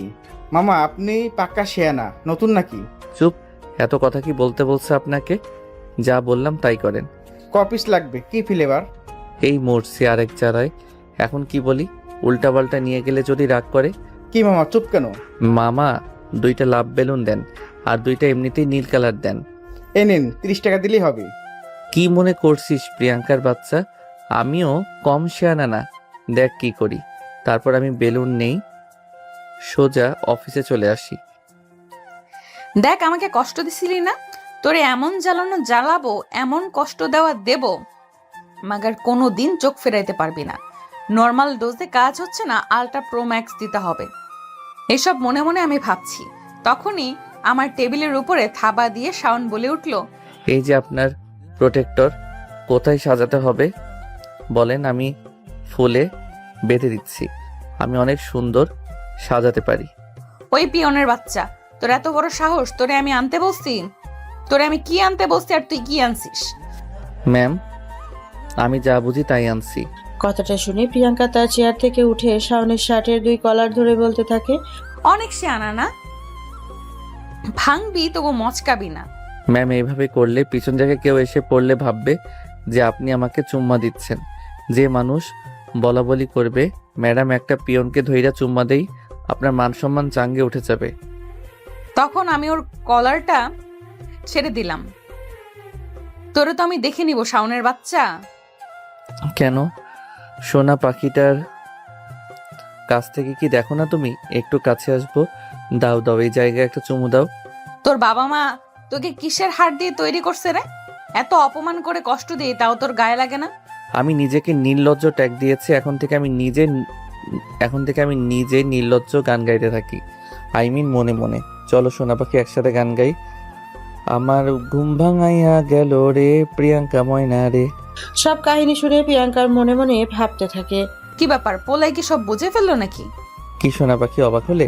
ওরে আমার টুসটুসি রে, তোমার খালাতো ভাই রূপকে এনে আমার সামনে প্রেমের অভিনয় করে আমাকে কষ্ট দিতে চাইবা, আর আমি অবুঝের মতো সেগুলো হজম করব? আমি কিচ্ছু জানি না তাই না? তুমি যদি চলো ডালে ডালে, আমি চলি পাতায় পাতায়। তুমি সোনা এগুলো অভিনয় করে বুঝিয়ে দিচ্ছ এখনো তুমি আমাকে ভালোবাসো। আমি তো অনেক দিন আগে থেকেই কাহিনী জানি, কিন্তু বলিনি।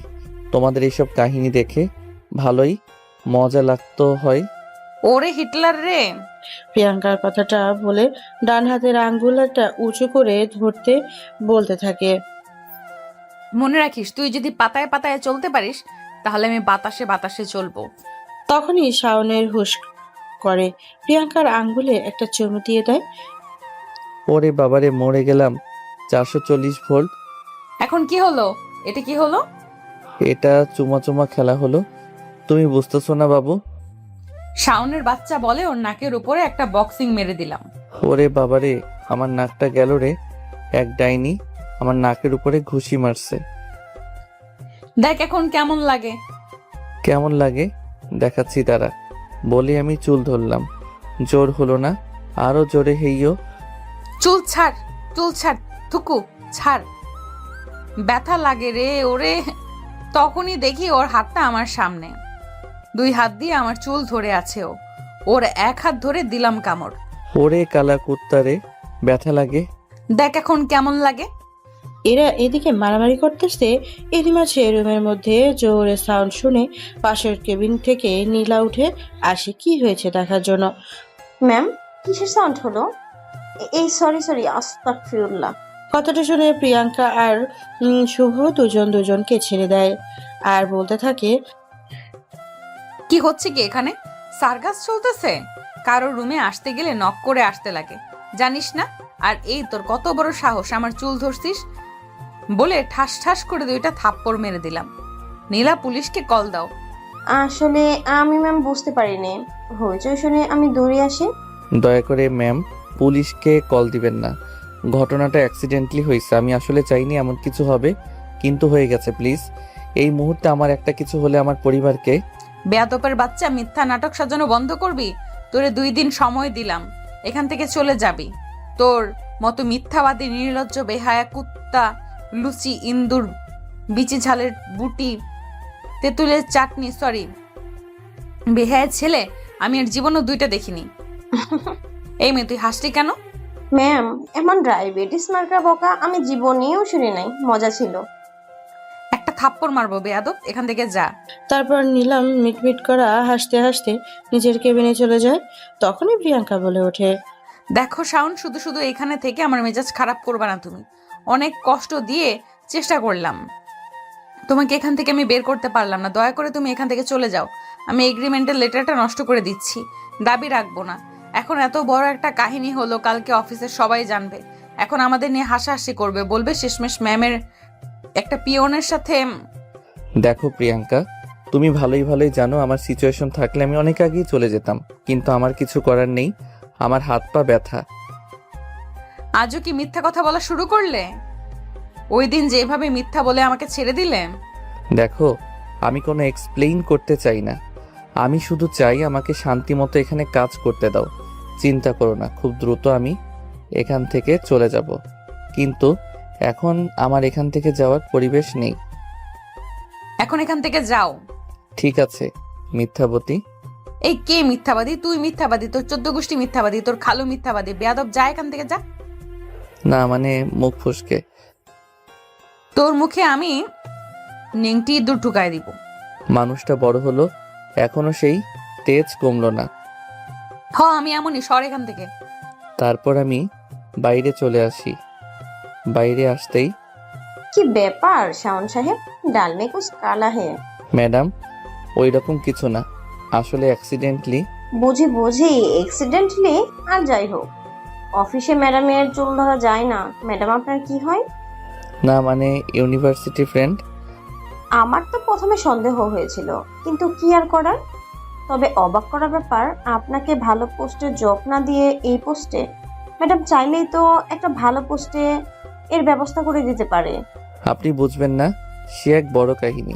বুঝি তো অনেক কিছুই না, আবার না বুঝেও বোঝার ভান করা লাগে। আপনি কোনটা বোঝাতে চান বলেন, চুপচাপ বোঝার চেষ্টা করি। আপনি ব্যাপারটা। কি ব্যাপার? আপনারা এখানে কি করেন? এখনো জাননি কেন? না মানে ম্যাম, উনি আপনার কি হয় জানতে চাচ্ছিলাম আর কি। জানার অনেক শখ। এসব জানাজানির জন্য আপনাকে এখানে রাখা হয়নি। যা হয়েছে দেখেছেন। ভুলেও যেন অফিসের একটা লোকের কাছে খবর না যায়। আমি যদি শুনছি সাথে সাথে কিন্তু বরখাস্ত করে দেব। না ম্যাডাম, এমন হবে কেন? আমার চাকরিটা অনেক দরকার। এমনিতেই একটা ভালো চাকরি গেলে আর পাওয়া কষ্ট। আমি এক্ষুনি যাচ্ছি এখান থেকে। তারপর আমি আমার নিজের কেবিনে চলে আসলাম। বাবা, হাঁপ ছেড়ে বাঁচলাম। পিয়ন থেকে তুই এখন, আবার তুই থেকে তুমি। বাবা, একটা মানুষের কত রূপ। দেখেছো, তুমি এখনই সবাই উল্টা ভাবছে। এসব কথাবার্তা বাদ দাও। আবু বাইরের অফিসের কাজে ছিল প্রায় 1 বছর অফিসের সব কাজ আমাকে কন্ট্রোল করা লাগছে। পরশু আব্বু অফিসে আসবে, তারপরেই আমার ছুটি। আমি চাই না কোনো সিন ক্রিয়েট হোক, তাই আমি চাচ্ছি তুমি চুপচাপ এখান থেকে সরে যাও। সম্ভব না। অতি উত্তর না দিয়ে প্রিয়াঙ্কা ওখান থেকে চলে যায়। এভাবে অফিস টাইম ছুটি হয়ে যায়। শাওন রাস্তা দিয়ে হাঁটতেছে আর ভাবতেছে, না চাইতে জীবন আর আমাদের থেকে কত কিছু কেড়ে নেয়, আমাদের শখ আহ্লাদ, আর না জানি কত কি। হায়রে জীবন, আর কি খেলা দেখাবি? এই খেলায় যে আমি আর পারছি না। প্রচুর ক্লান্ত আমি। আমাকে সান্ত্বনা দেওয়ার মতো কেউ নেই। ও আল্লাহ। এসব ভাবতে ভাবতে শাওন বাসার দিকে রওনা দেয়। হাঁটতে হাঁটতে ভাই ফুল নেন না একটা, একটা ফুল। মামনি, তুমি এতটুকু বয়সে ফুল বিক্রি কেন করো? আম্মুর জন্য ভাই। কেন, তোমার আব্বু নেই? না, বাপে তো আমাদের ফেলায় রেখে গেছে। হায় রে, ছোট বাচ্চাটাও সুখী নেই। তাহলে পৃথিবীতে আসলে সুখী কে? আমি সুখী মানুষ পাইলাম না। ভাই কি ভাবেন, নেন না একটা ফুল। কত টাকা? একটা গোলাপ 20 টাকা।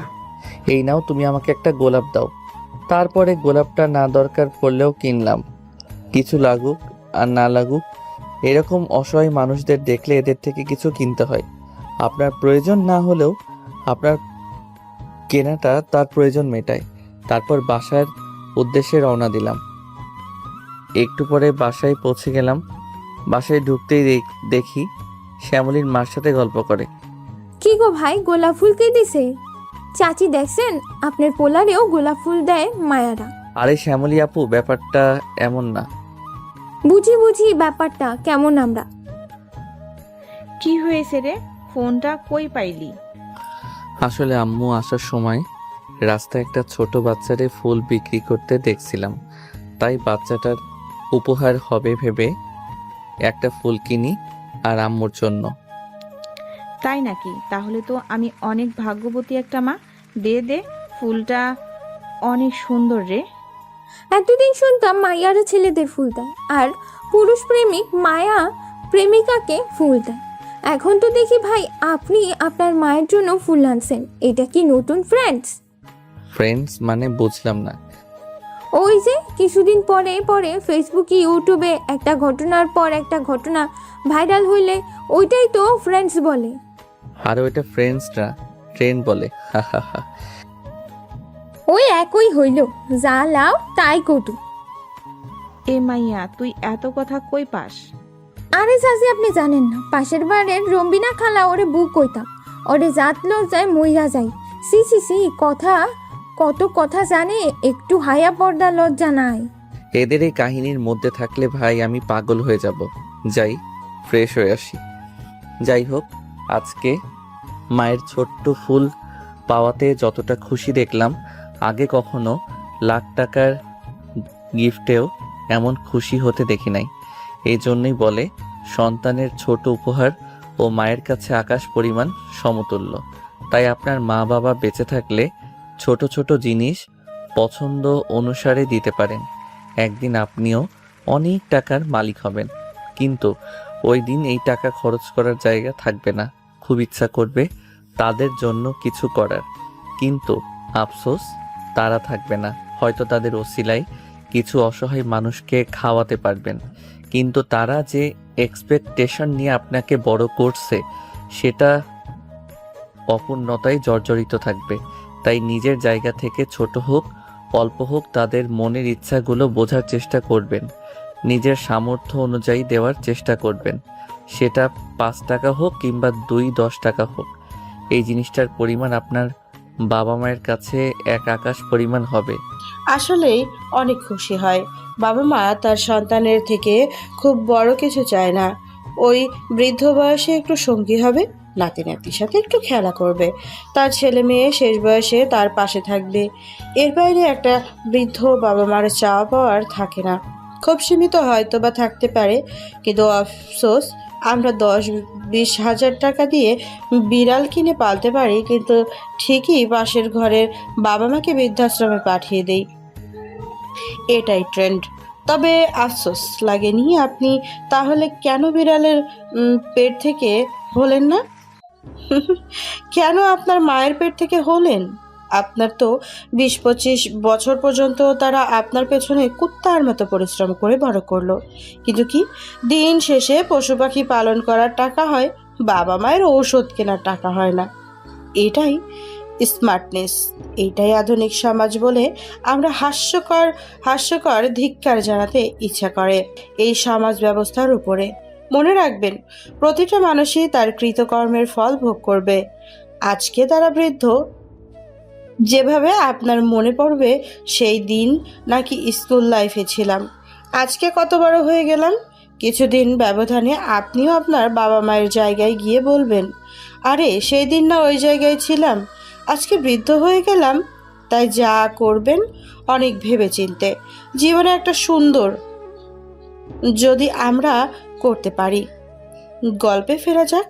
শাওন ফ্রেশ হয়ে এসে খাবার খেতে যেই ঘুরতে যাবে তখন কিরে শাওন, তোর পড়ালেখা কি হলো? বাবা, পড়ালেখা তো চলে, তবে এত কাজের মধ্যে তো ওইভাবে আর হচ্ছে না। সামনের সপ্তাহে তো বিসিএস প্রিলিমিনারি। বাবা আমি বলি কি, আপাতত তুই চাকরিটা ছেড়ে দে। আমি ওই মোড়ে একটা না হয় কোনো ঝালমুড়ি বা কোনো দোকান নিয়ে বসি, যা হবে কোনো রকম চলে যাবে আমাদের। তাছাড়া তো কিছুদিন পর তোর চাকরি হয়ে যাবে। প্রত্যুত্তরে শাওন তার বাবার দিকে হাঁ করে তাকিয়ে আছে, অনেক সময় চুপ থাকে। বাবা, তুমি এই কথা বললে যে মানুষটা একটা সময় হাজার হাজার কোটি টাকা হাত দিয়ে নাড়াচাড়া করত, সে মানুষটা আজকে কিছু টাকার জন্য রাস্তায় ঝালমুড়ির দোকান দিতে যাচ্ছে, আর আমি ছেলে হিসেবে সেটা দেখব। দেখ বাবা, জীবনে দুইটা জিনিস মনে রাখবে। এক, কোনো জিনিসকে বিন্দু মাত্র অহংকার করবি না। আজকে তোর কাছে 2 দিন পরে দেখবি রাস্তার ফকির, যেমন আমরা আজকে। উপরওয়ালা দিবে, আবার পরীক্ষা নেবে, আবার কেড়ে নেবে। পরীক্ষা যদি সন্তুষ্ট হও, তিনি মন উজাড় করে তোমাকে দিবে। 2, জীবনে কারো প্রতি কোনো আশা রাখবে না। আল্লাহ ছাড়া এই পৃথিবীতে কেউ আপন না। যতই সম্পর্ক হোক, যতই রক্ত হোক, যতই আশেপাশে মানুষ হোক, বা যতই তোর মা আমি, আমরা আমাদের জায়গা থেকে ঠিক আছি। কিছু মানুষ হাতে গোনা 1-2 জন পাবি নিঃস্বার্থভাবে তোকে ভালোবাসবে, কিন্তু তাছাড়া সবাই কোনো না কোনো স্বার্থের জন্য তোকে ভালোবাসবে। দিন শেষে যখন সেটা আর পূরণ হবে না বা দেওয়ার সক্ষমতা তোর থাকবে না, তখন তাদের আস্তে আস্তে আসল চেহারা বের হবে। তাই কারোর ওপর কোনো আশা রাখবে না, বিন্দুমাত্র এক্সপেকটেশন রাখবি না, কারো কাছে ভালো হওয়ার চেষ্টা করবি না। তুই চাইলেও নিজের গায়ের রক্ত চামড়া কেটে দিলেও ভালো হতে পারবি না। মনে রাখবি, মানুষ যত সময় তোকে ব্যবহার করতে পারবে তার কাছে তুই ভালো, যখনই তার সাধ্যমতো না পড়বে তুই খারাপ। তাই 2 লাইন কোনোদিন বলবি না। ঠিক বলছো বাবা, কিন্তু আমি বেঁচে থাকতে আমার বাবাকে আমি এগুলো করতে দিব না। তার একটা ছেলে আছে, সেটার মা বাবার দায়িত্ব নিতে জানে। তোকে নিয়ে আমার আজ গর্ব করতে ইচ্ছে হয়। তোর মতো একটা ছেলে যেন প্রতিটা মা বাবা পায়, তাদের জীবন তাহলে আর কোনো কিছু অভাব থাকবে না। কেননা পৃথিবীর সব থেকে যে দামি জিনিসটা তাদের কাছে থাকবে। বাবা, কাঁদিস না বাবা, দেখিস আল্লাহ একদিন তোর দিকে মুখ তুলে তাকাবে, তোর হতাশা দূর হয়ে যাবে। তাই যেন হয় গো। মাঝে মাঝে তোমার এই আল্লাহর প্রতি এত অটল বিশ্বাস দেখে আমি অবাক হয়ে যাই। আল্লাহ তোমাকে কতটা ভালোবাসে। আমিও যেন সব সময় তোমার মতো এরকম থাকতে পারি, হতে পারি।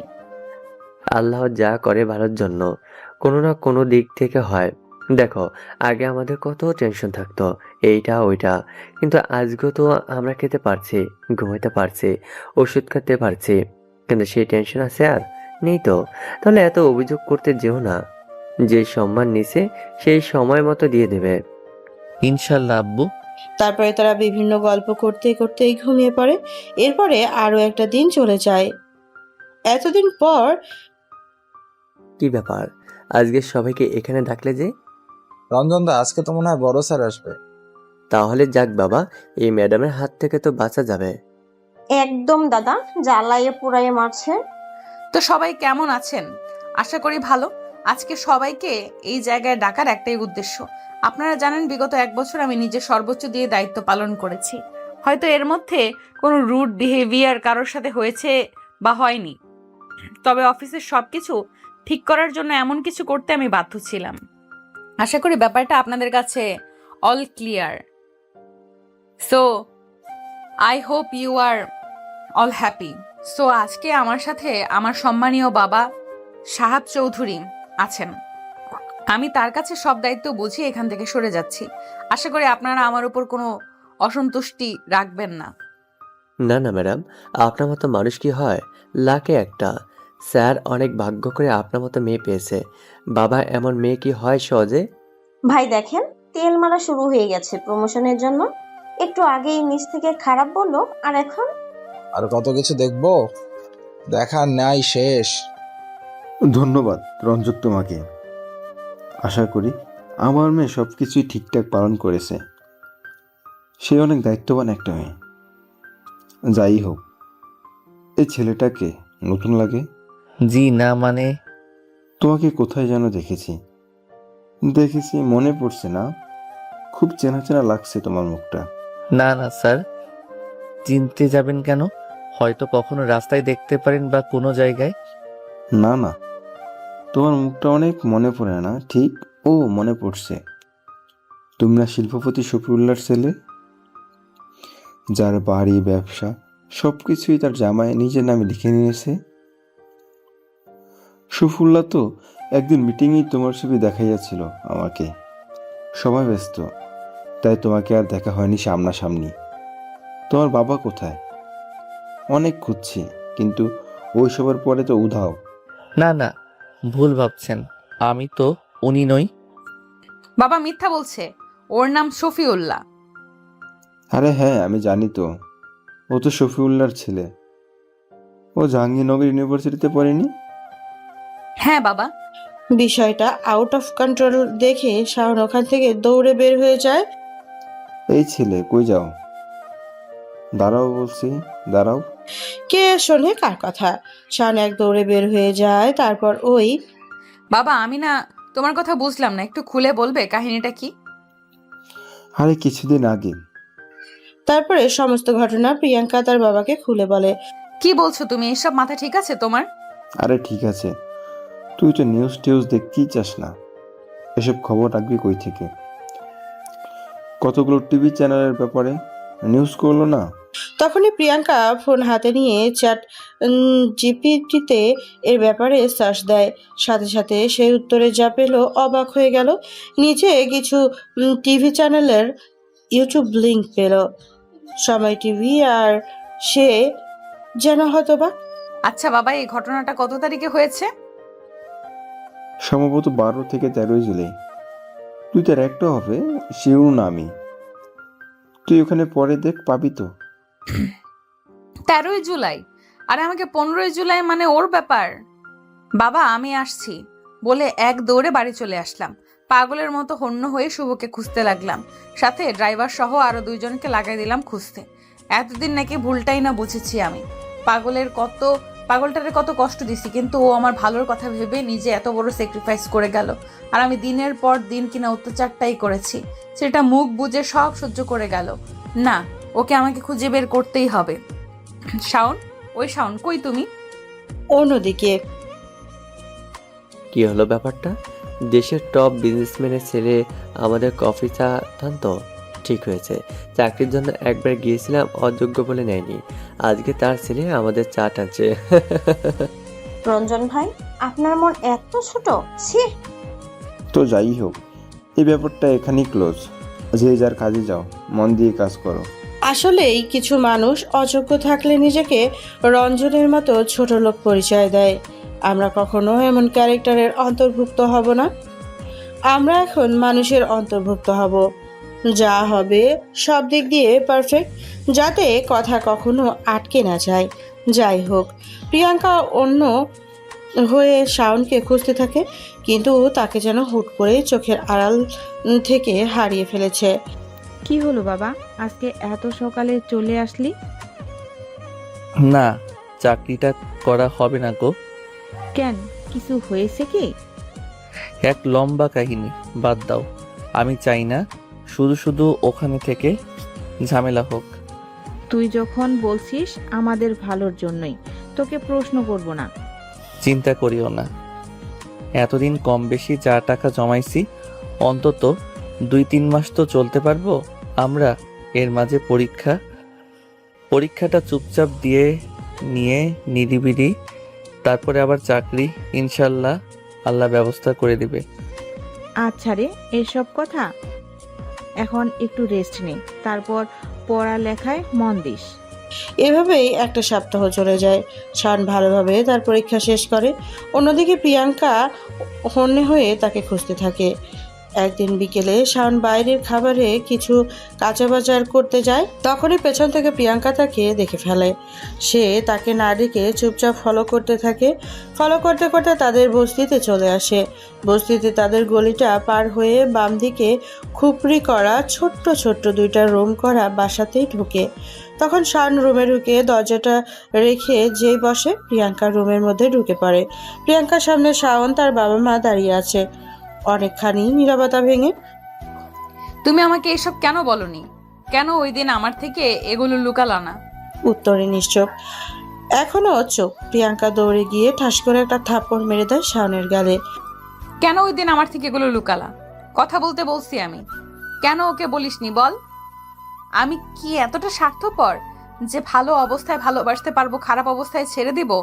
নিজেকে কি মহান প্রেমিক মনে করিস যে ভালোবাসার জন্য তুই একাই সবকিছু করে যাবি? তুই একাই সব স্যাক্রিফাইস করবি?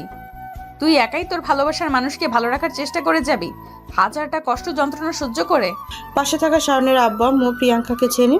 ইউনিভার্সিটিতে থাকা সবাই অনেকে তাদের বাসায় গিয়েছিল, কিন্তু প্রিয়াঙ্কাকে তারা শাওনের বন্ধু ভাবতো। কিন্তু এখন ব্যাপারটা একটু উল্টা পাল্টা দেখে চুপচাপ অন্য রুমে চলে যাওয়ার জন্য যেই পা দেয়। আঙ্কেল দাঁড়ান, এখানে কতদিন আছেন? কেন, 1 বছরের মতো প্রায়। যারা একটা সময় গাড়ি ছাড়া এক পা ফেলতো না, তারা এইভাবে কিভাবে সম্ভব? আর আমি কতটা খারাপ হলে তোমার উপরে শাওন এইভাবে অত্যাচার করতে পারি? আমার তো নিজের চুল ছিঁড়তে ইচ্ছে করতেছে। কথাটা বলে প্রিয়াঙ্কা নিজের গালে নিজেই থাপ্পড় দিতে লাগে। একের পর এক নিজের গালে সে থাপ্পড় দিতেছে। তখনই প্রিয়াঙ্কার হাত চেপে ধরে আর প্রিয়াঙ্কা শাওনকে জড়িয়ে ধরে হু হু করে কাঁদতে থাকে আর বলতে থাকে, কেন এমন করলে গো? জানো আমার কত কষ্ট হয়েছিল? এর থেকে আফসোস লাগে একটা বছর কি কষ্টটাই না দিলাম আমার পাখিটাকে, আমার ঘুঘু পাখি। হইছে হইছে, মারলে কি মারের দাগ উঠে যায়? এখন আর এত ঢং করা লাগবে না। প্রিয়াঙ্কা শাওনের চোখের দিকে তাকিয়ে, সরি মাফ করবা না? বলো করবা না গো ঘুঘু পাখি। আমি বুঝিনি, বিশ্বাস করো, বুঝলে কখনো এইভাবে তুমি কেন আমাকে বললে না? কেন সবকিছু লুকিয়ে গেলে? আমার কি কষ্ট হয় না বলো? কথাটা বলে প্রিয়াঙ্কা আগের মতো তার ঘামানাকের একবার এইদিকে একটা হাত দেয়, একবার ওইদিকে একটা হাত দেয়, তারপরে শাওনের নাকে হাত দিয়ে আর কান্না করতে থাকে। এই অবস্থা দেখে শাওনের হাসি আটকে রাখতে পারে না, জোরে হা হা করে হেসে ওঠে। এখানে কি সিনেমা চলছে? বাবা মার সামনে কি হচ্ছে? সরি আম্মু, আমার ভবিষ্যৎ আম্মু। আমি তোমার বৌমা, একমাত্র বৌমা, শুধুমাত্র বৌমা, কিন্তু মাত্র বৌমা, অনলি ওয়ান পিস। কথার জালে প্রথমে ইমপ্রেস করে ফেললে। এমনিতেই মেয়ে হিসেবে তোমাকে আগেই ভালো লাগতো, বুঝেছো? তবে তলে তলে যে এত দূর তা তো জানি না। তোমার বাবার নাম কি? সাহাব চৌধুরী। তুমি সাহাব চৌধুরীর মেয়ে? জি। তুমি আসছো, ভালো কথা। তোমার বাবা যেন না জানে। মানে আমি আসার সময় তো বাবাকে বলে দিছি ইনফর্ম করে, এই কিছুক্ষণের মধ্যেই চলে আসবে। বলা শেষ একটু পরে হাজিরও হয় সে। বন্ধু, তুমি এই পরিবেশে? সত্যি আমার আজ লজ্জা লাগছে। না, তেমন কিছু না। আমি এখানে অনেক ভালো আছি, অনেক ভালো।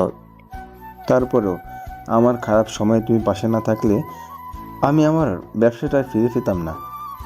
আজ তুমি তোমার খারাপ সময়ে একটাবার আমাকে খবর দিলা না। নিজের রক্তের মানুষ, তাও নিজের মেয়ে জামাই যখন এমন করলো, কোন লজ্জায় খবর দিতাম? মুখ ছিল আমার। ব্যাপারটা কষ্টকর, তাই বলে আমি জানি না। এখন তুমি আমার সাথে চলো, তোমাকে আমি একটা ফ্লাইটে উঠিয়ে দিই। বাবা, তোমার সাথে কিন্তু আমার মারামারি লেগে যাবে। আমি আবার কি করলাম? তুমি আমার শ্বশুরকে কোন সাহসে ফ্ল্যাটে উঠাতে বলো? আমার শ্বশুর আমার সাথে থাকবে। তোমাকে বলেছিলাম না, ওই যে আমার ক্যাম্পাসের। ও, তাহলে এই সেই ছেলে? ভালোই তো, চয়েস আছে তোর, বলতে হবে। আমি এক কথায় রাজি। দেখ সাহাব, আগে হলে এইসব কথা আমি ভাবতাম, কিন্তু এই মুহূর্তে এসব হয় না।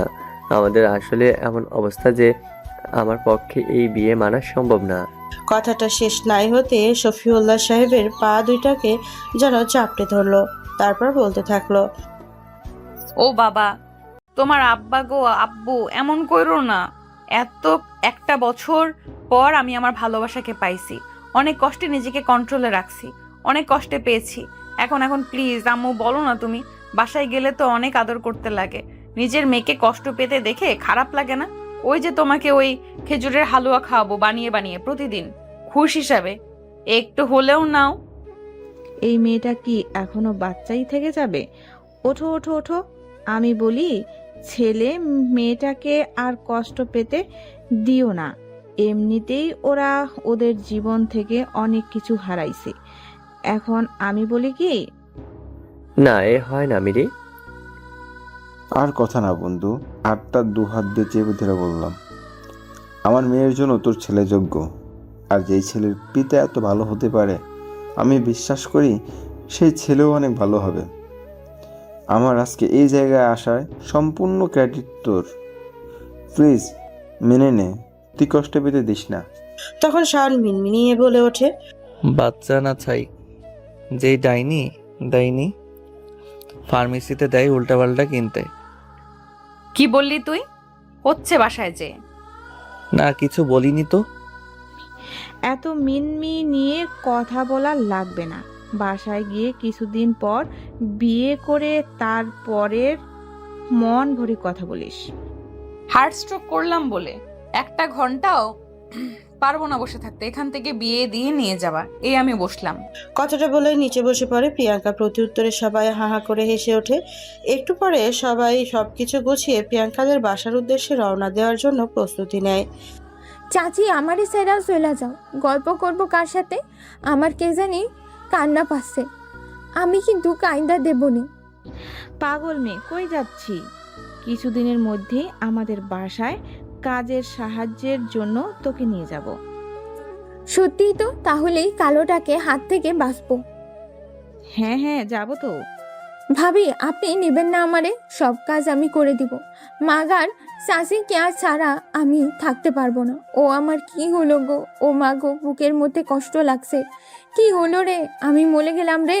আরে আরে, আপনাকে রেখে কি যাওয়া যায়? আপনি ব্যাগটা রেডি রাখেন, কালকেই আপনি চলে যাবেন। এই নেন ঠিকানা। এই বের হ, শান্তি লাগছে। তুমি এত ভালো কেন? ভাবিমণি তুমি অনেক লক্ষ্মী। আমরা গল্প করব। আচ্ছা, আমি অনেক গল্প জানি। আচ্ছা। তারপরে সবাই রেডি হয়ে বাসায় চলে যায়। প্রিয়াঙ্কা তারপরে কাজ থেকে পারিবারিকভাবে তাদের বিয়ে হয়। বিয়ের কিছুক্ষণ পরে যে যার রুমে চলে যায়। প্রিয়াঙ্কা আর শাওন এখন বাসর ঘরে। প্রায় 1 বছর, আর আগের গুনে গুনে 6 মাস, সুদ সহ 2 বছর। অনেক কাটছি। ফেরত দে, চোখের পানি ফেরত দিবি নাকি বল? বউ জামাইয়ের কাছে সুদ খাওয়া তো হারাম, আল্লাহ নারাজ হয়। তাহলে আমি সুদ বাদ দিলাম, বাকি কষ্ট ফেরত দে। কিভাবে দেব? 1 বছর 6 মাস 3 ডাবল করে, না না 8 ডাবল, না না 50 ডাবল। মন ভরে দিলাম না, 103 ডাবল কর। এই পরিমাণ ভালোবাসা দিবি, বল দিবি নাকি? 103 ডবল কেন? 1000 ডবল দিলে হবে। এই তো আমার লক্ষ্মী জামাই, অনেক হবে। তার আগে একটা বাবু লাগবে। অনেকদিন পেটটা ফাঁকা ফাঁকা ছিল, এখন ট্রাফিকটা পূরণ করতে হবে। তাড়াতাড়ি বাবুদের। একদিনে জিনিস নাকি লং প্রসেস, অন্তত 10 মাস সময় লাগবে। না, আমি কালকের মধ্যে চাই। এত বড় মেয়ে, অফিসে কত বড় বড় কথা, আর এখানে যেন ভাজা মাছ উল্টে খেতে পারে না। নির্লজ্জ কোথাকার। ইস, এইভাবে বলে না, লজ্জা লাগে না বুঝি? তারপর তাদের মতো ভালোবাসার মুহূর্তে তারা হারিয়ে যায়। এভাবে দেখতে দেখতে আরো কিছুদিন চলে যায়। সবকিছু মিলিয়ে আবার যেন সুখে পরিপূর্ণ হয়ে যায়। এই জন্যই তো খারাপ সময়ে ধৈর্য ধরতে হয়। ভালো সময়ের জন্য তার জন্য কঠিন পরিশ্রম করতে হবে। ইনশাআল্লাহ কর্মের দ্বারা জীবনের পরিবর্তন করে দেবে। তবে নিজের জায়গায় সৎ থাকতে হবে। এভাবে আরো 2টা দিন চলে যায়। আজকে শাওনের বিসিএস এর রেজাল্ট দিয়েছে। সে প্রশাসনিক ক্যাডারে এএসপি যে মনোনীত হয়ে যায়। আজকের দিনটা তার স্বপ্নের মতো, বিশেষ করে শাওনের কাছে। কি বলেছিলাম না গো, আমাদেরও দিন পরিবর্তন করে দিবে। আল্লাহ তো সব দেখে। হ্যাঁ গো, খারাপ সময় আসবে আবার চলে যাবে। আল্লাহ যেন আমার ভুলকে মাফ করে দেয়। আমি তোমার মতো ধৈর্য ধরতে পারিনি, এত অভিযোগ করেছি। আল্লাহ কি আমাকে মাফ করবে? মন খারাপ করো না, আল্লাহ সবার ভুলকে মাফ করে দেয়। তিনি অত্যন্ত দয়ালু। অন্যদিকে আসসালামু আলাইকুম স্যার, আসবো? সূর্য কোন দিকে? প্রিয়াঙ্কা শাওনের গলা জড়িয়ে ধরে। সূর্য আমার জামাইয়ের কাছে। আমার গুলুজান পাখিটা এসপি হয়ে গেল, কবে জানি আমাকে ঠুস করে গুলি করে দেয়, ভয় লাগে। তাই নাকি? কই গুলি করব, নিচেই নাকি উপরে? লুচ্চা বেটা। যাই হোক, তোমার জয়েনিং কবে? এই দিনটারই তো অপেক্ষা করছি। জয়েনিং ডেটটা হলেই জয়েন করে আগে দুলাভাই আর বোন তাদের হিসাবটা বোঝাবো, তিল তিল করে সবকিছুর হিসাব নিব, সবগুলোরে রাস্তায় বসাবো। সোনা জামাই, শ্বশুরাব্বা বলে না ধৈর্য ধরো। আজ ধৈর্য তোমাকে কোথায় আনছে দেখছো? হাজার হাজার কোটিপতি স্বপ্নই জায়গাটা, কিন্তু আল্লাহ তোমাকে শূন্য হাত থেকে এই জায়গায় বসাইছে। আজকে হয়তো প্রথমে তোমার সাথে এমন না হলে এই জায়গায় তুমি আসতে না। আল্লাহ চায় তো এখানে আসো, তাই এমন হয়েছে। তাদের মাফ করে দাও, তাদের বিচার তারা পেয়ে যাবে সময় মতো। এটা আমার পেটে তোমার যে বাচ্চা আসতেছে তার পক্ষ থেকে আমার ওয়াদা।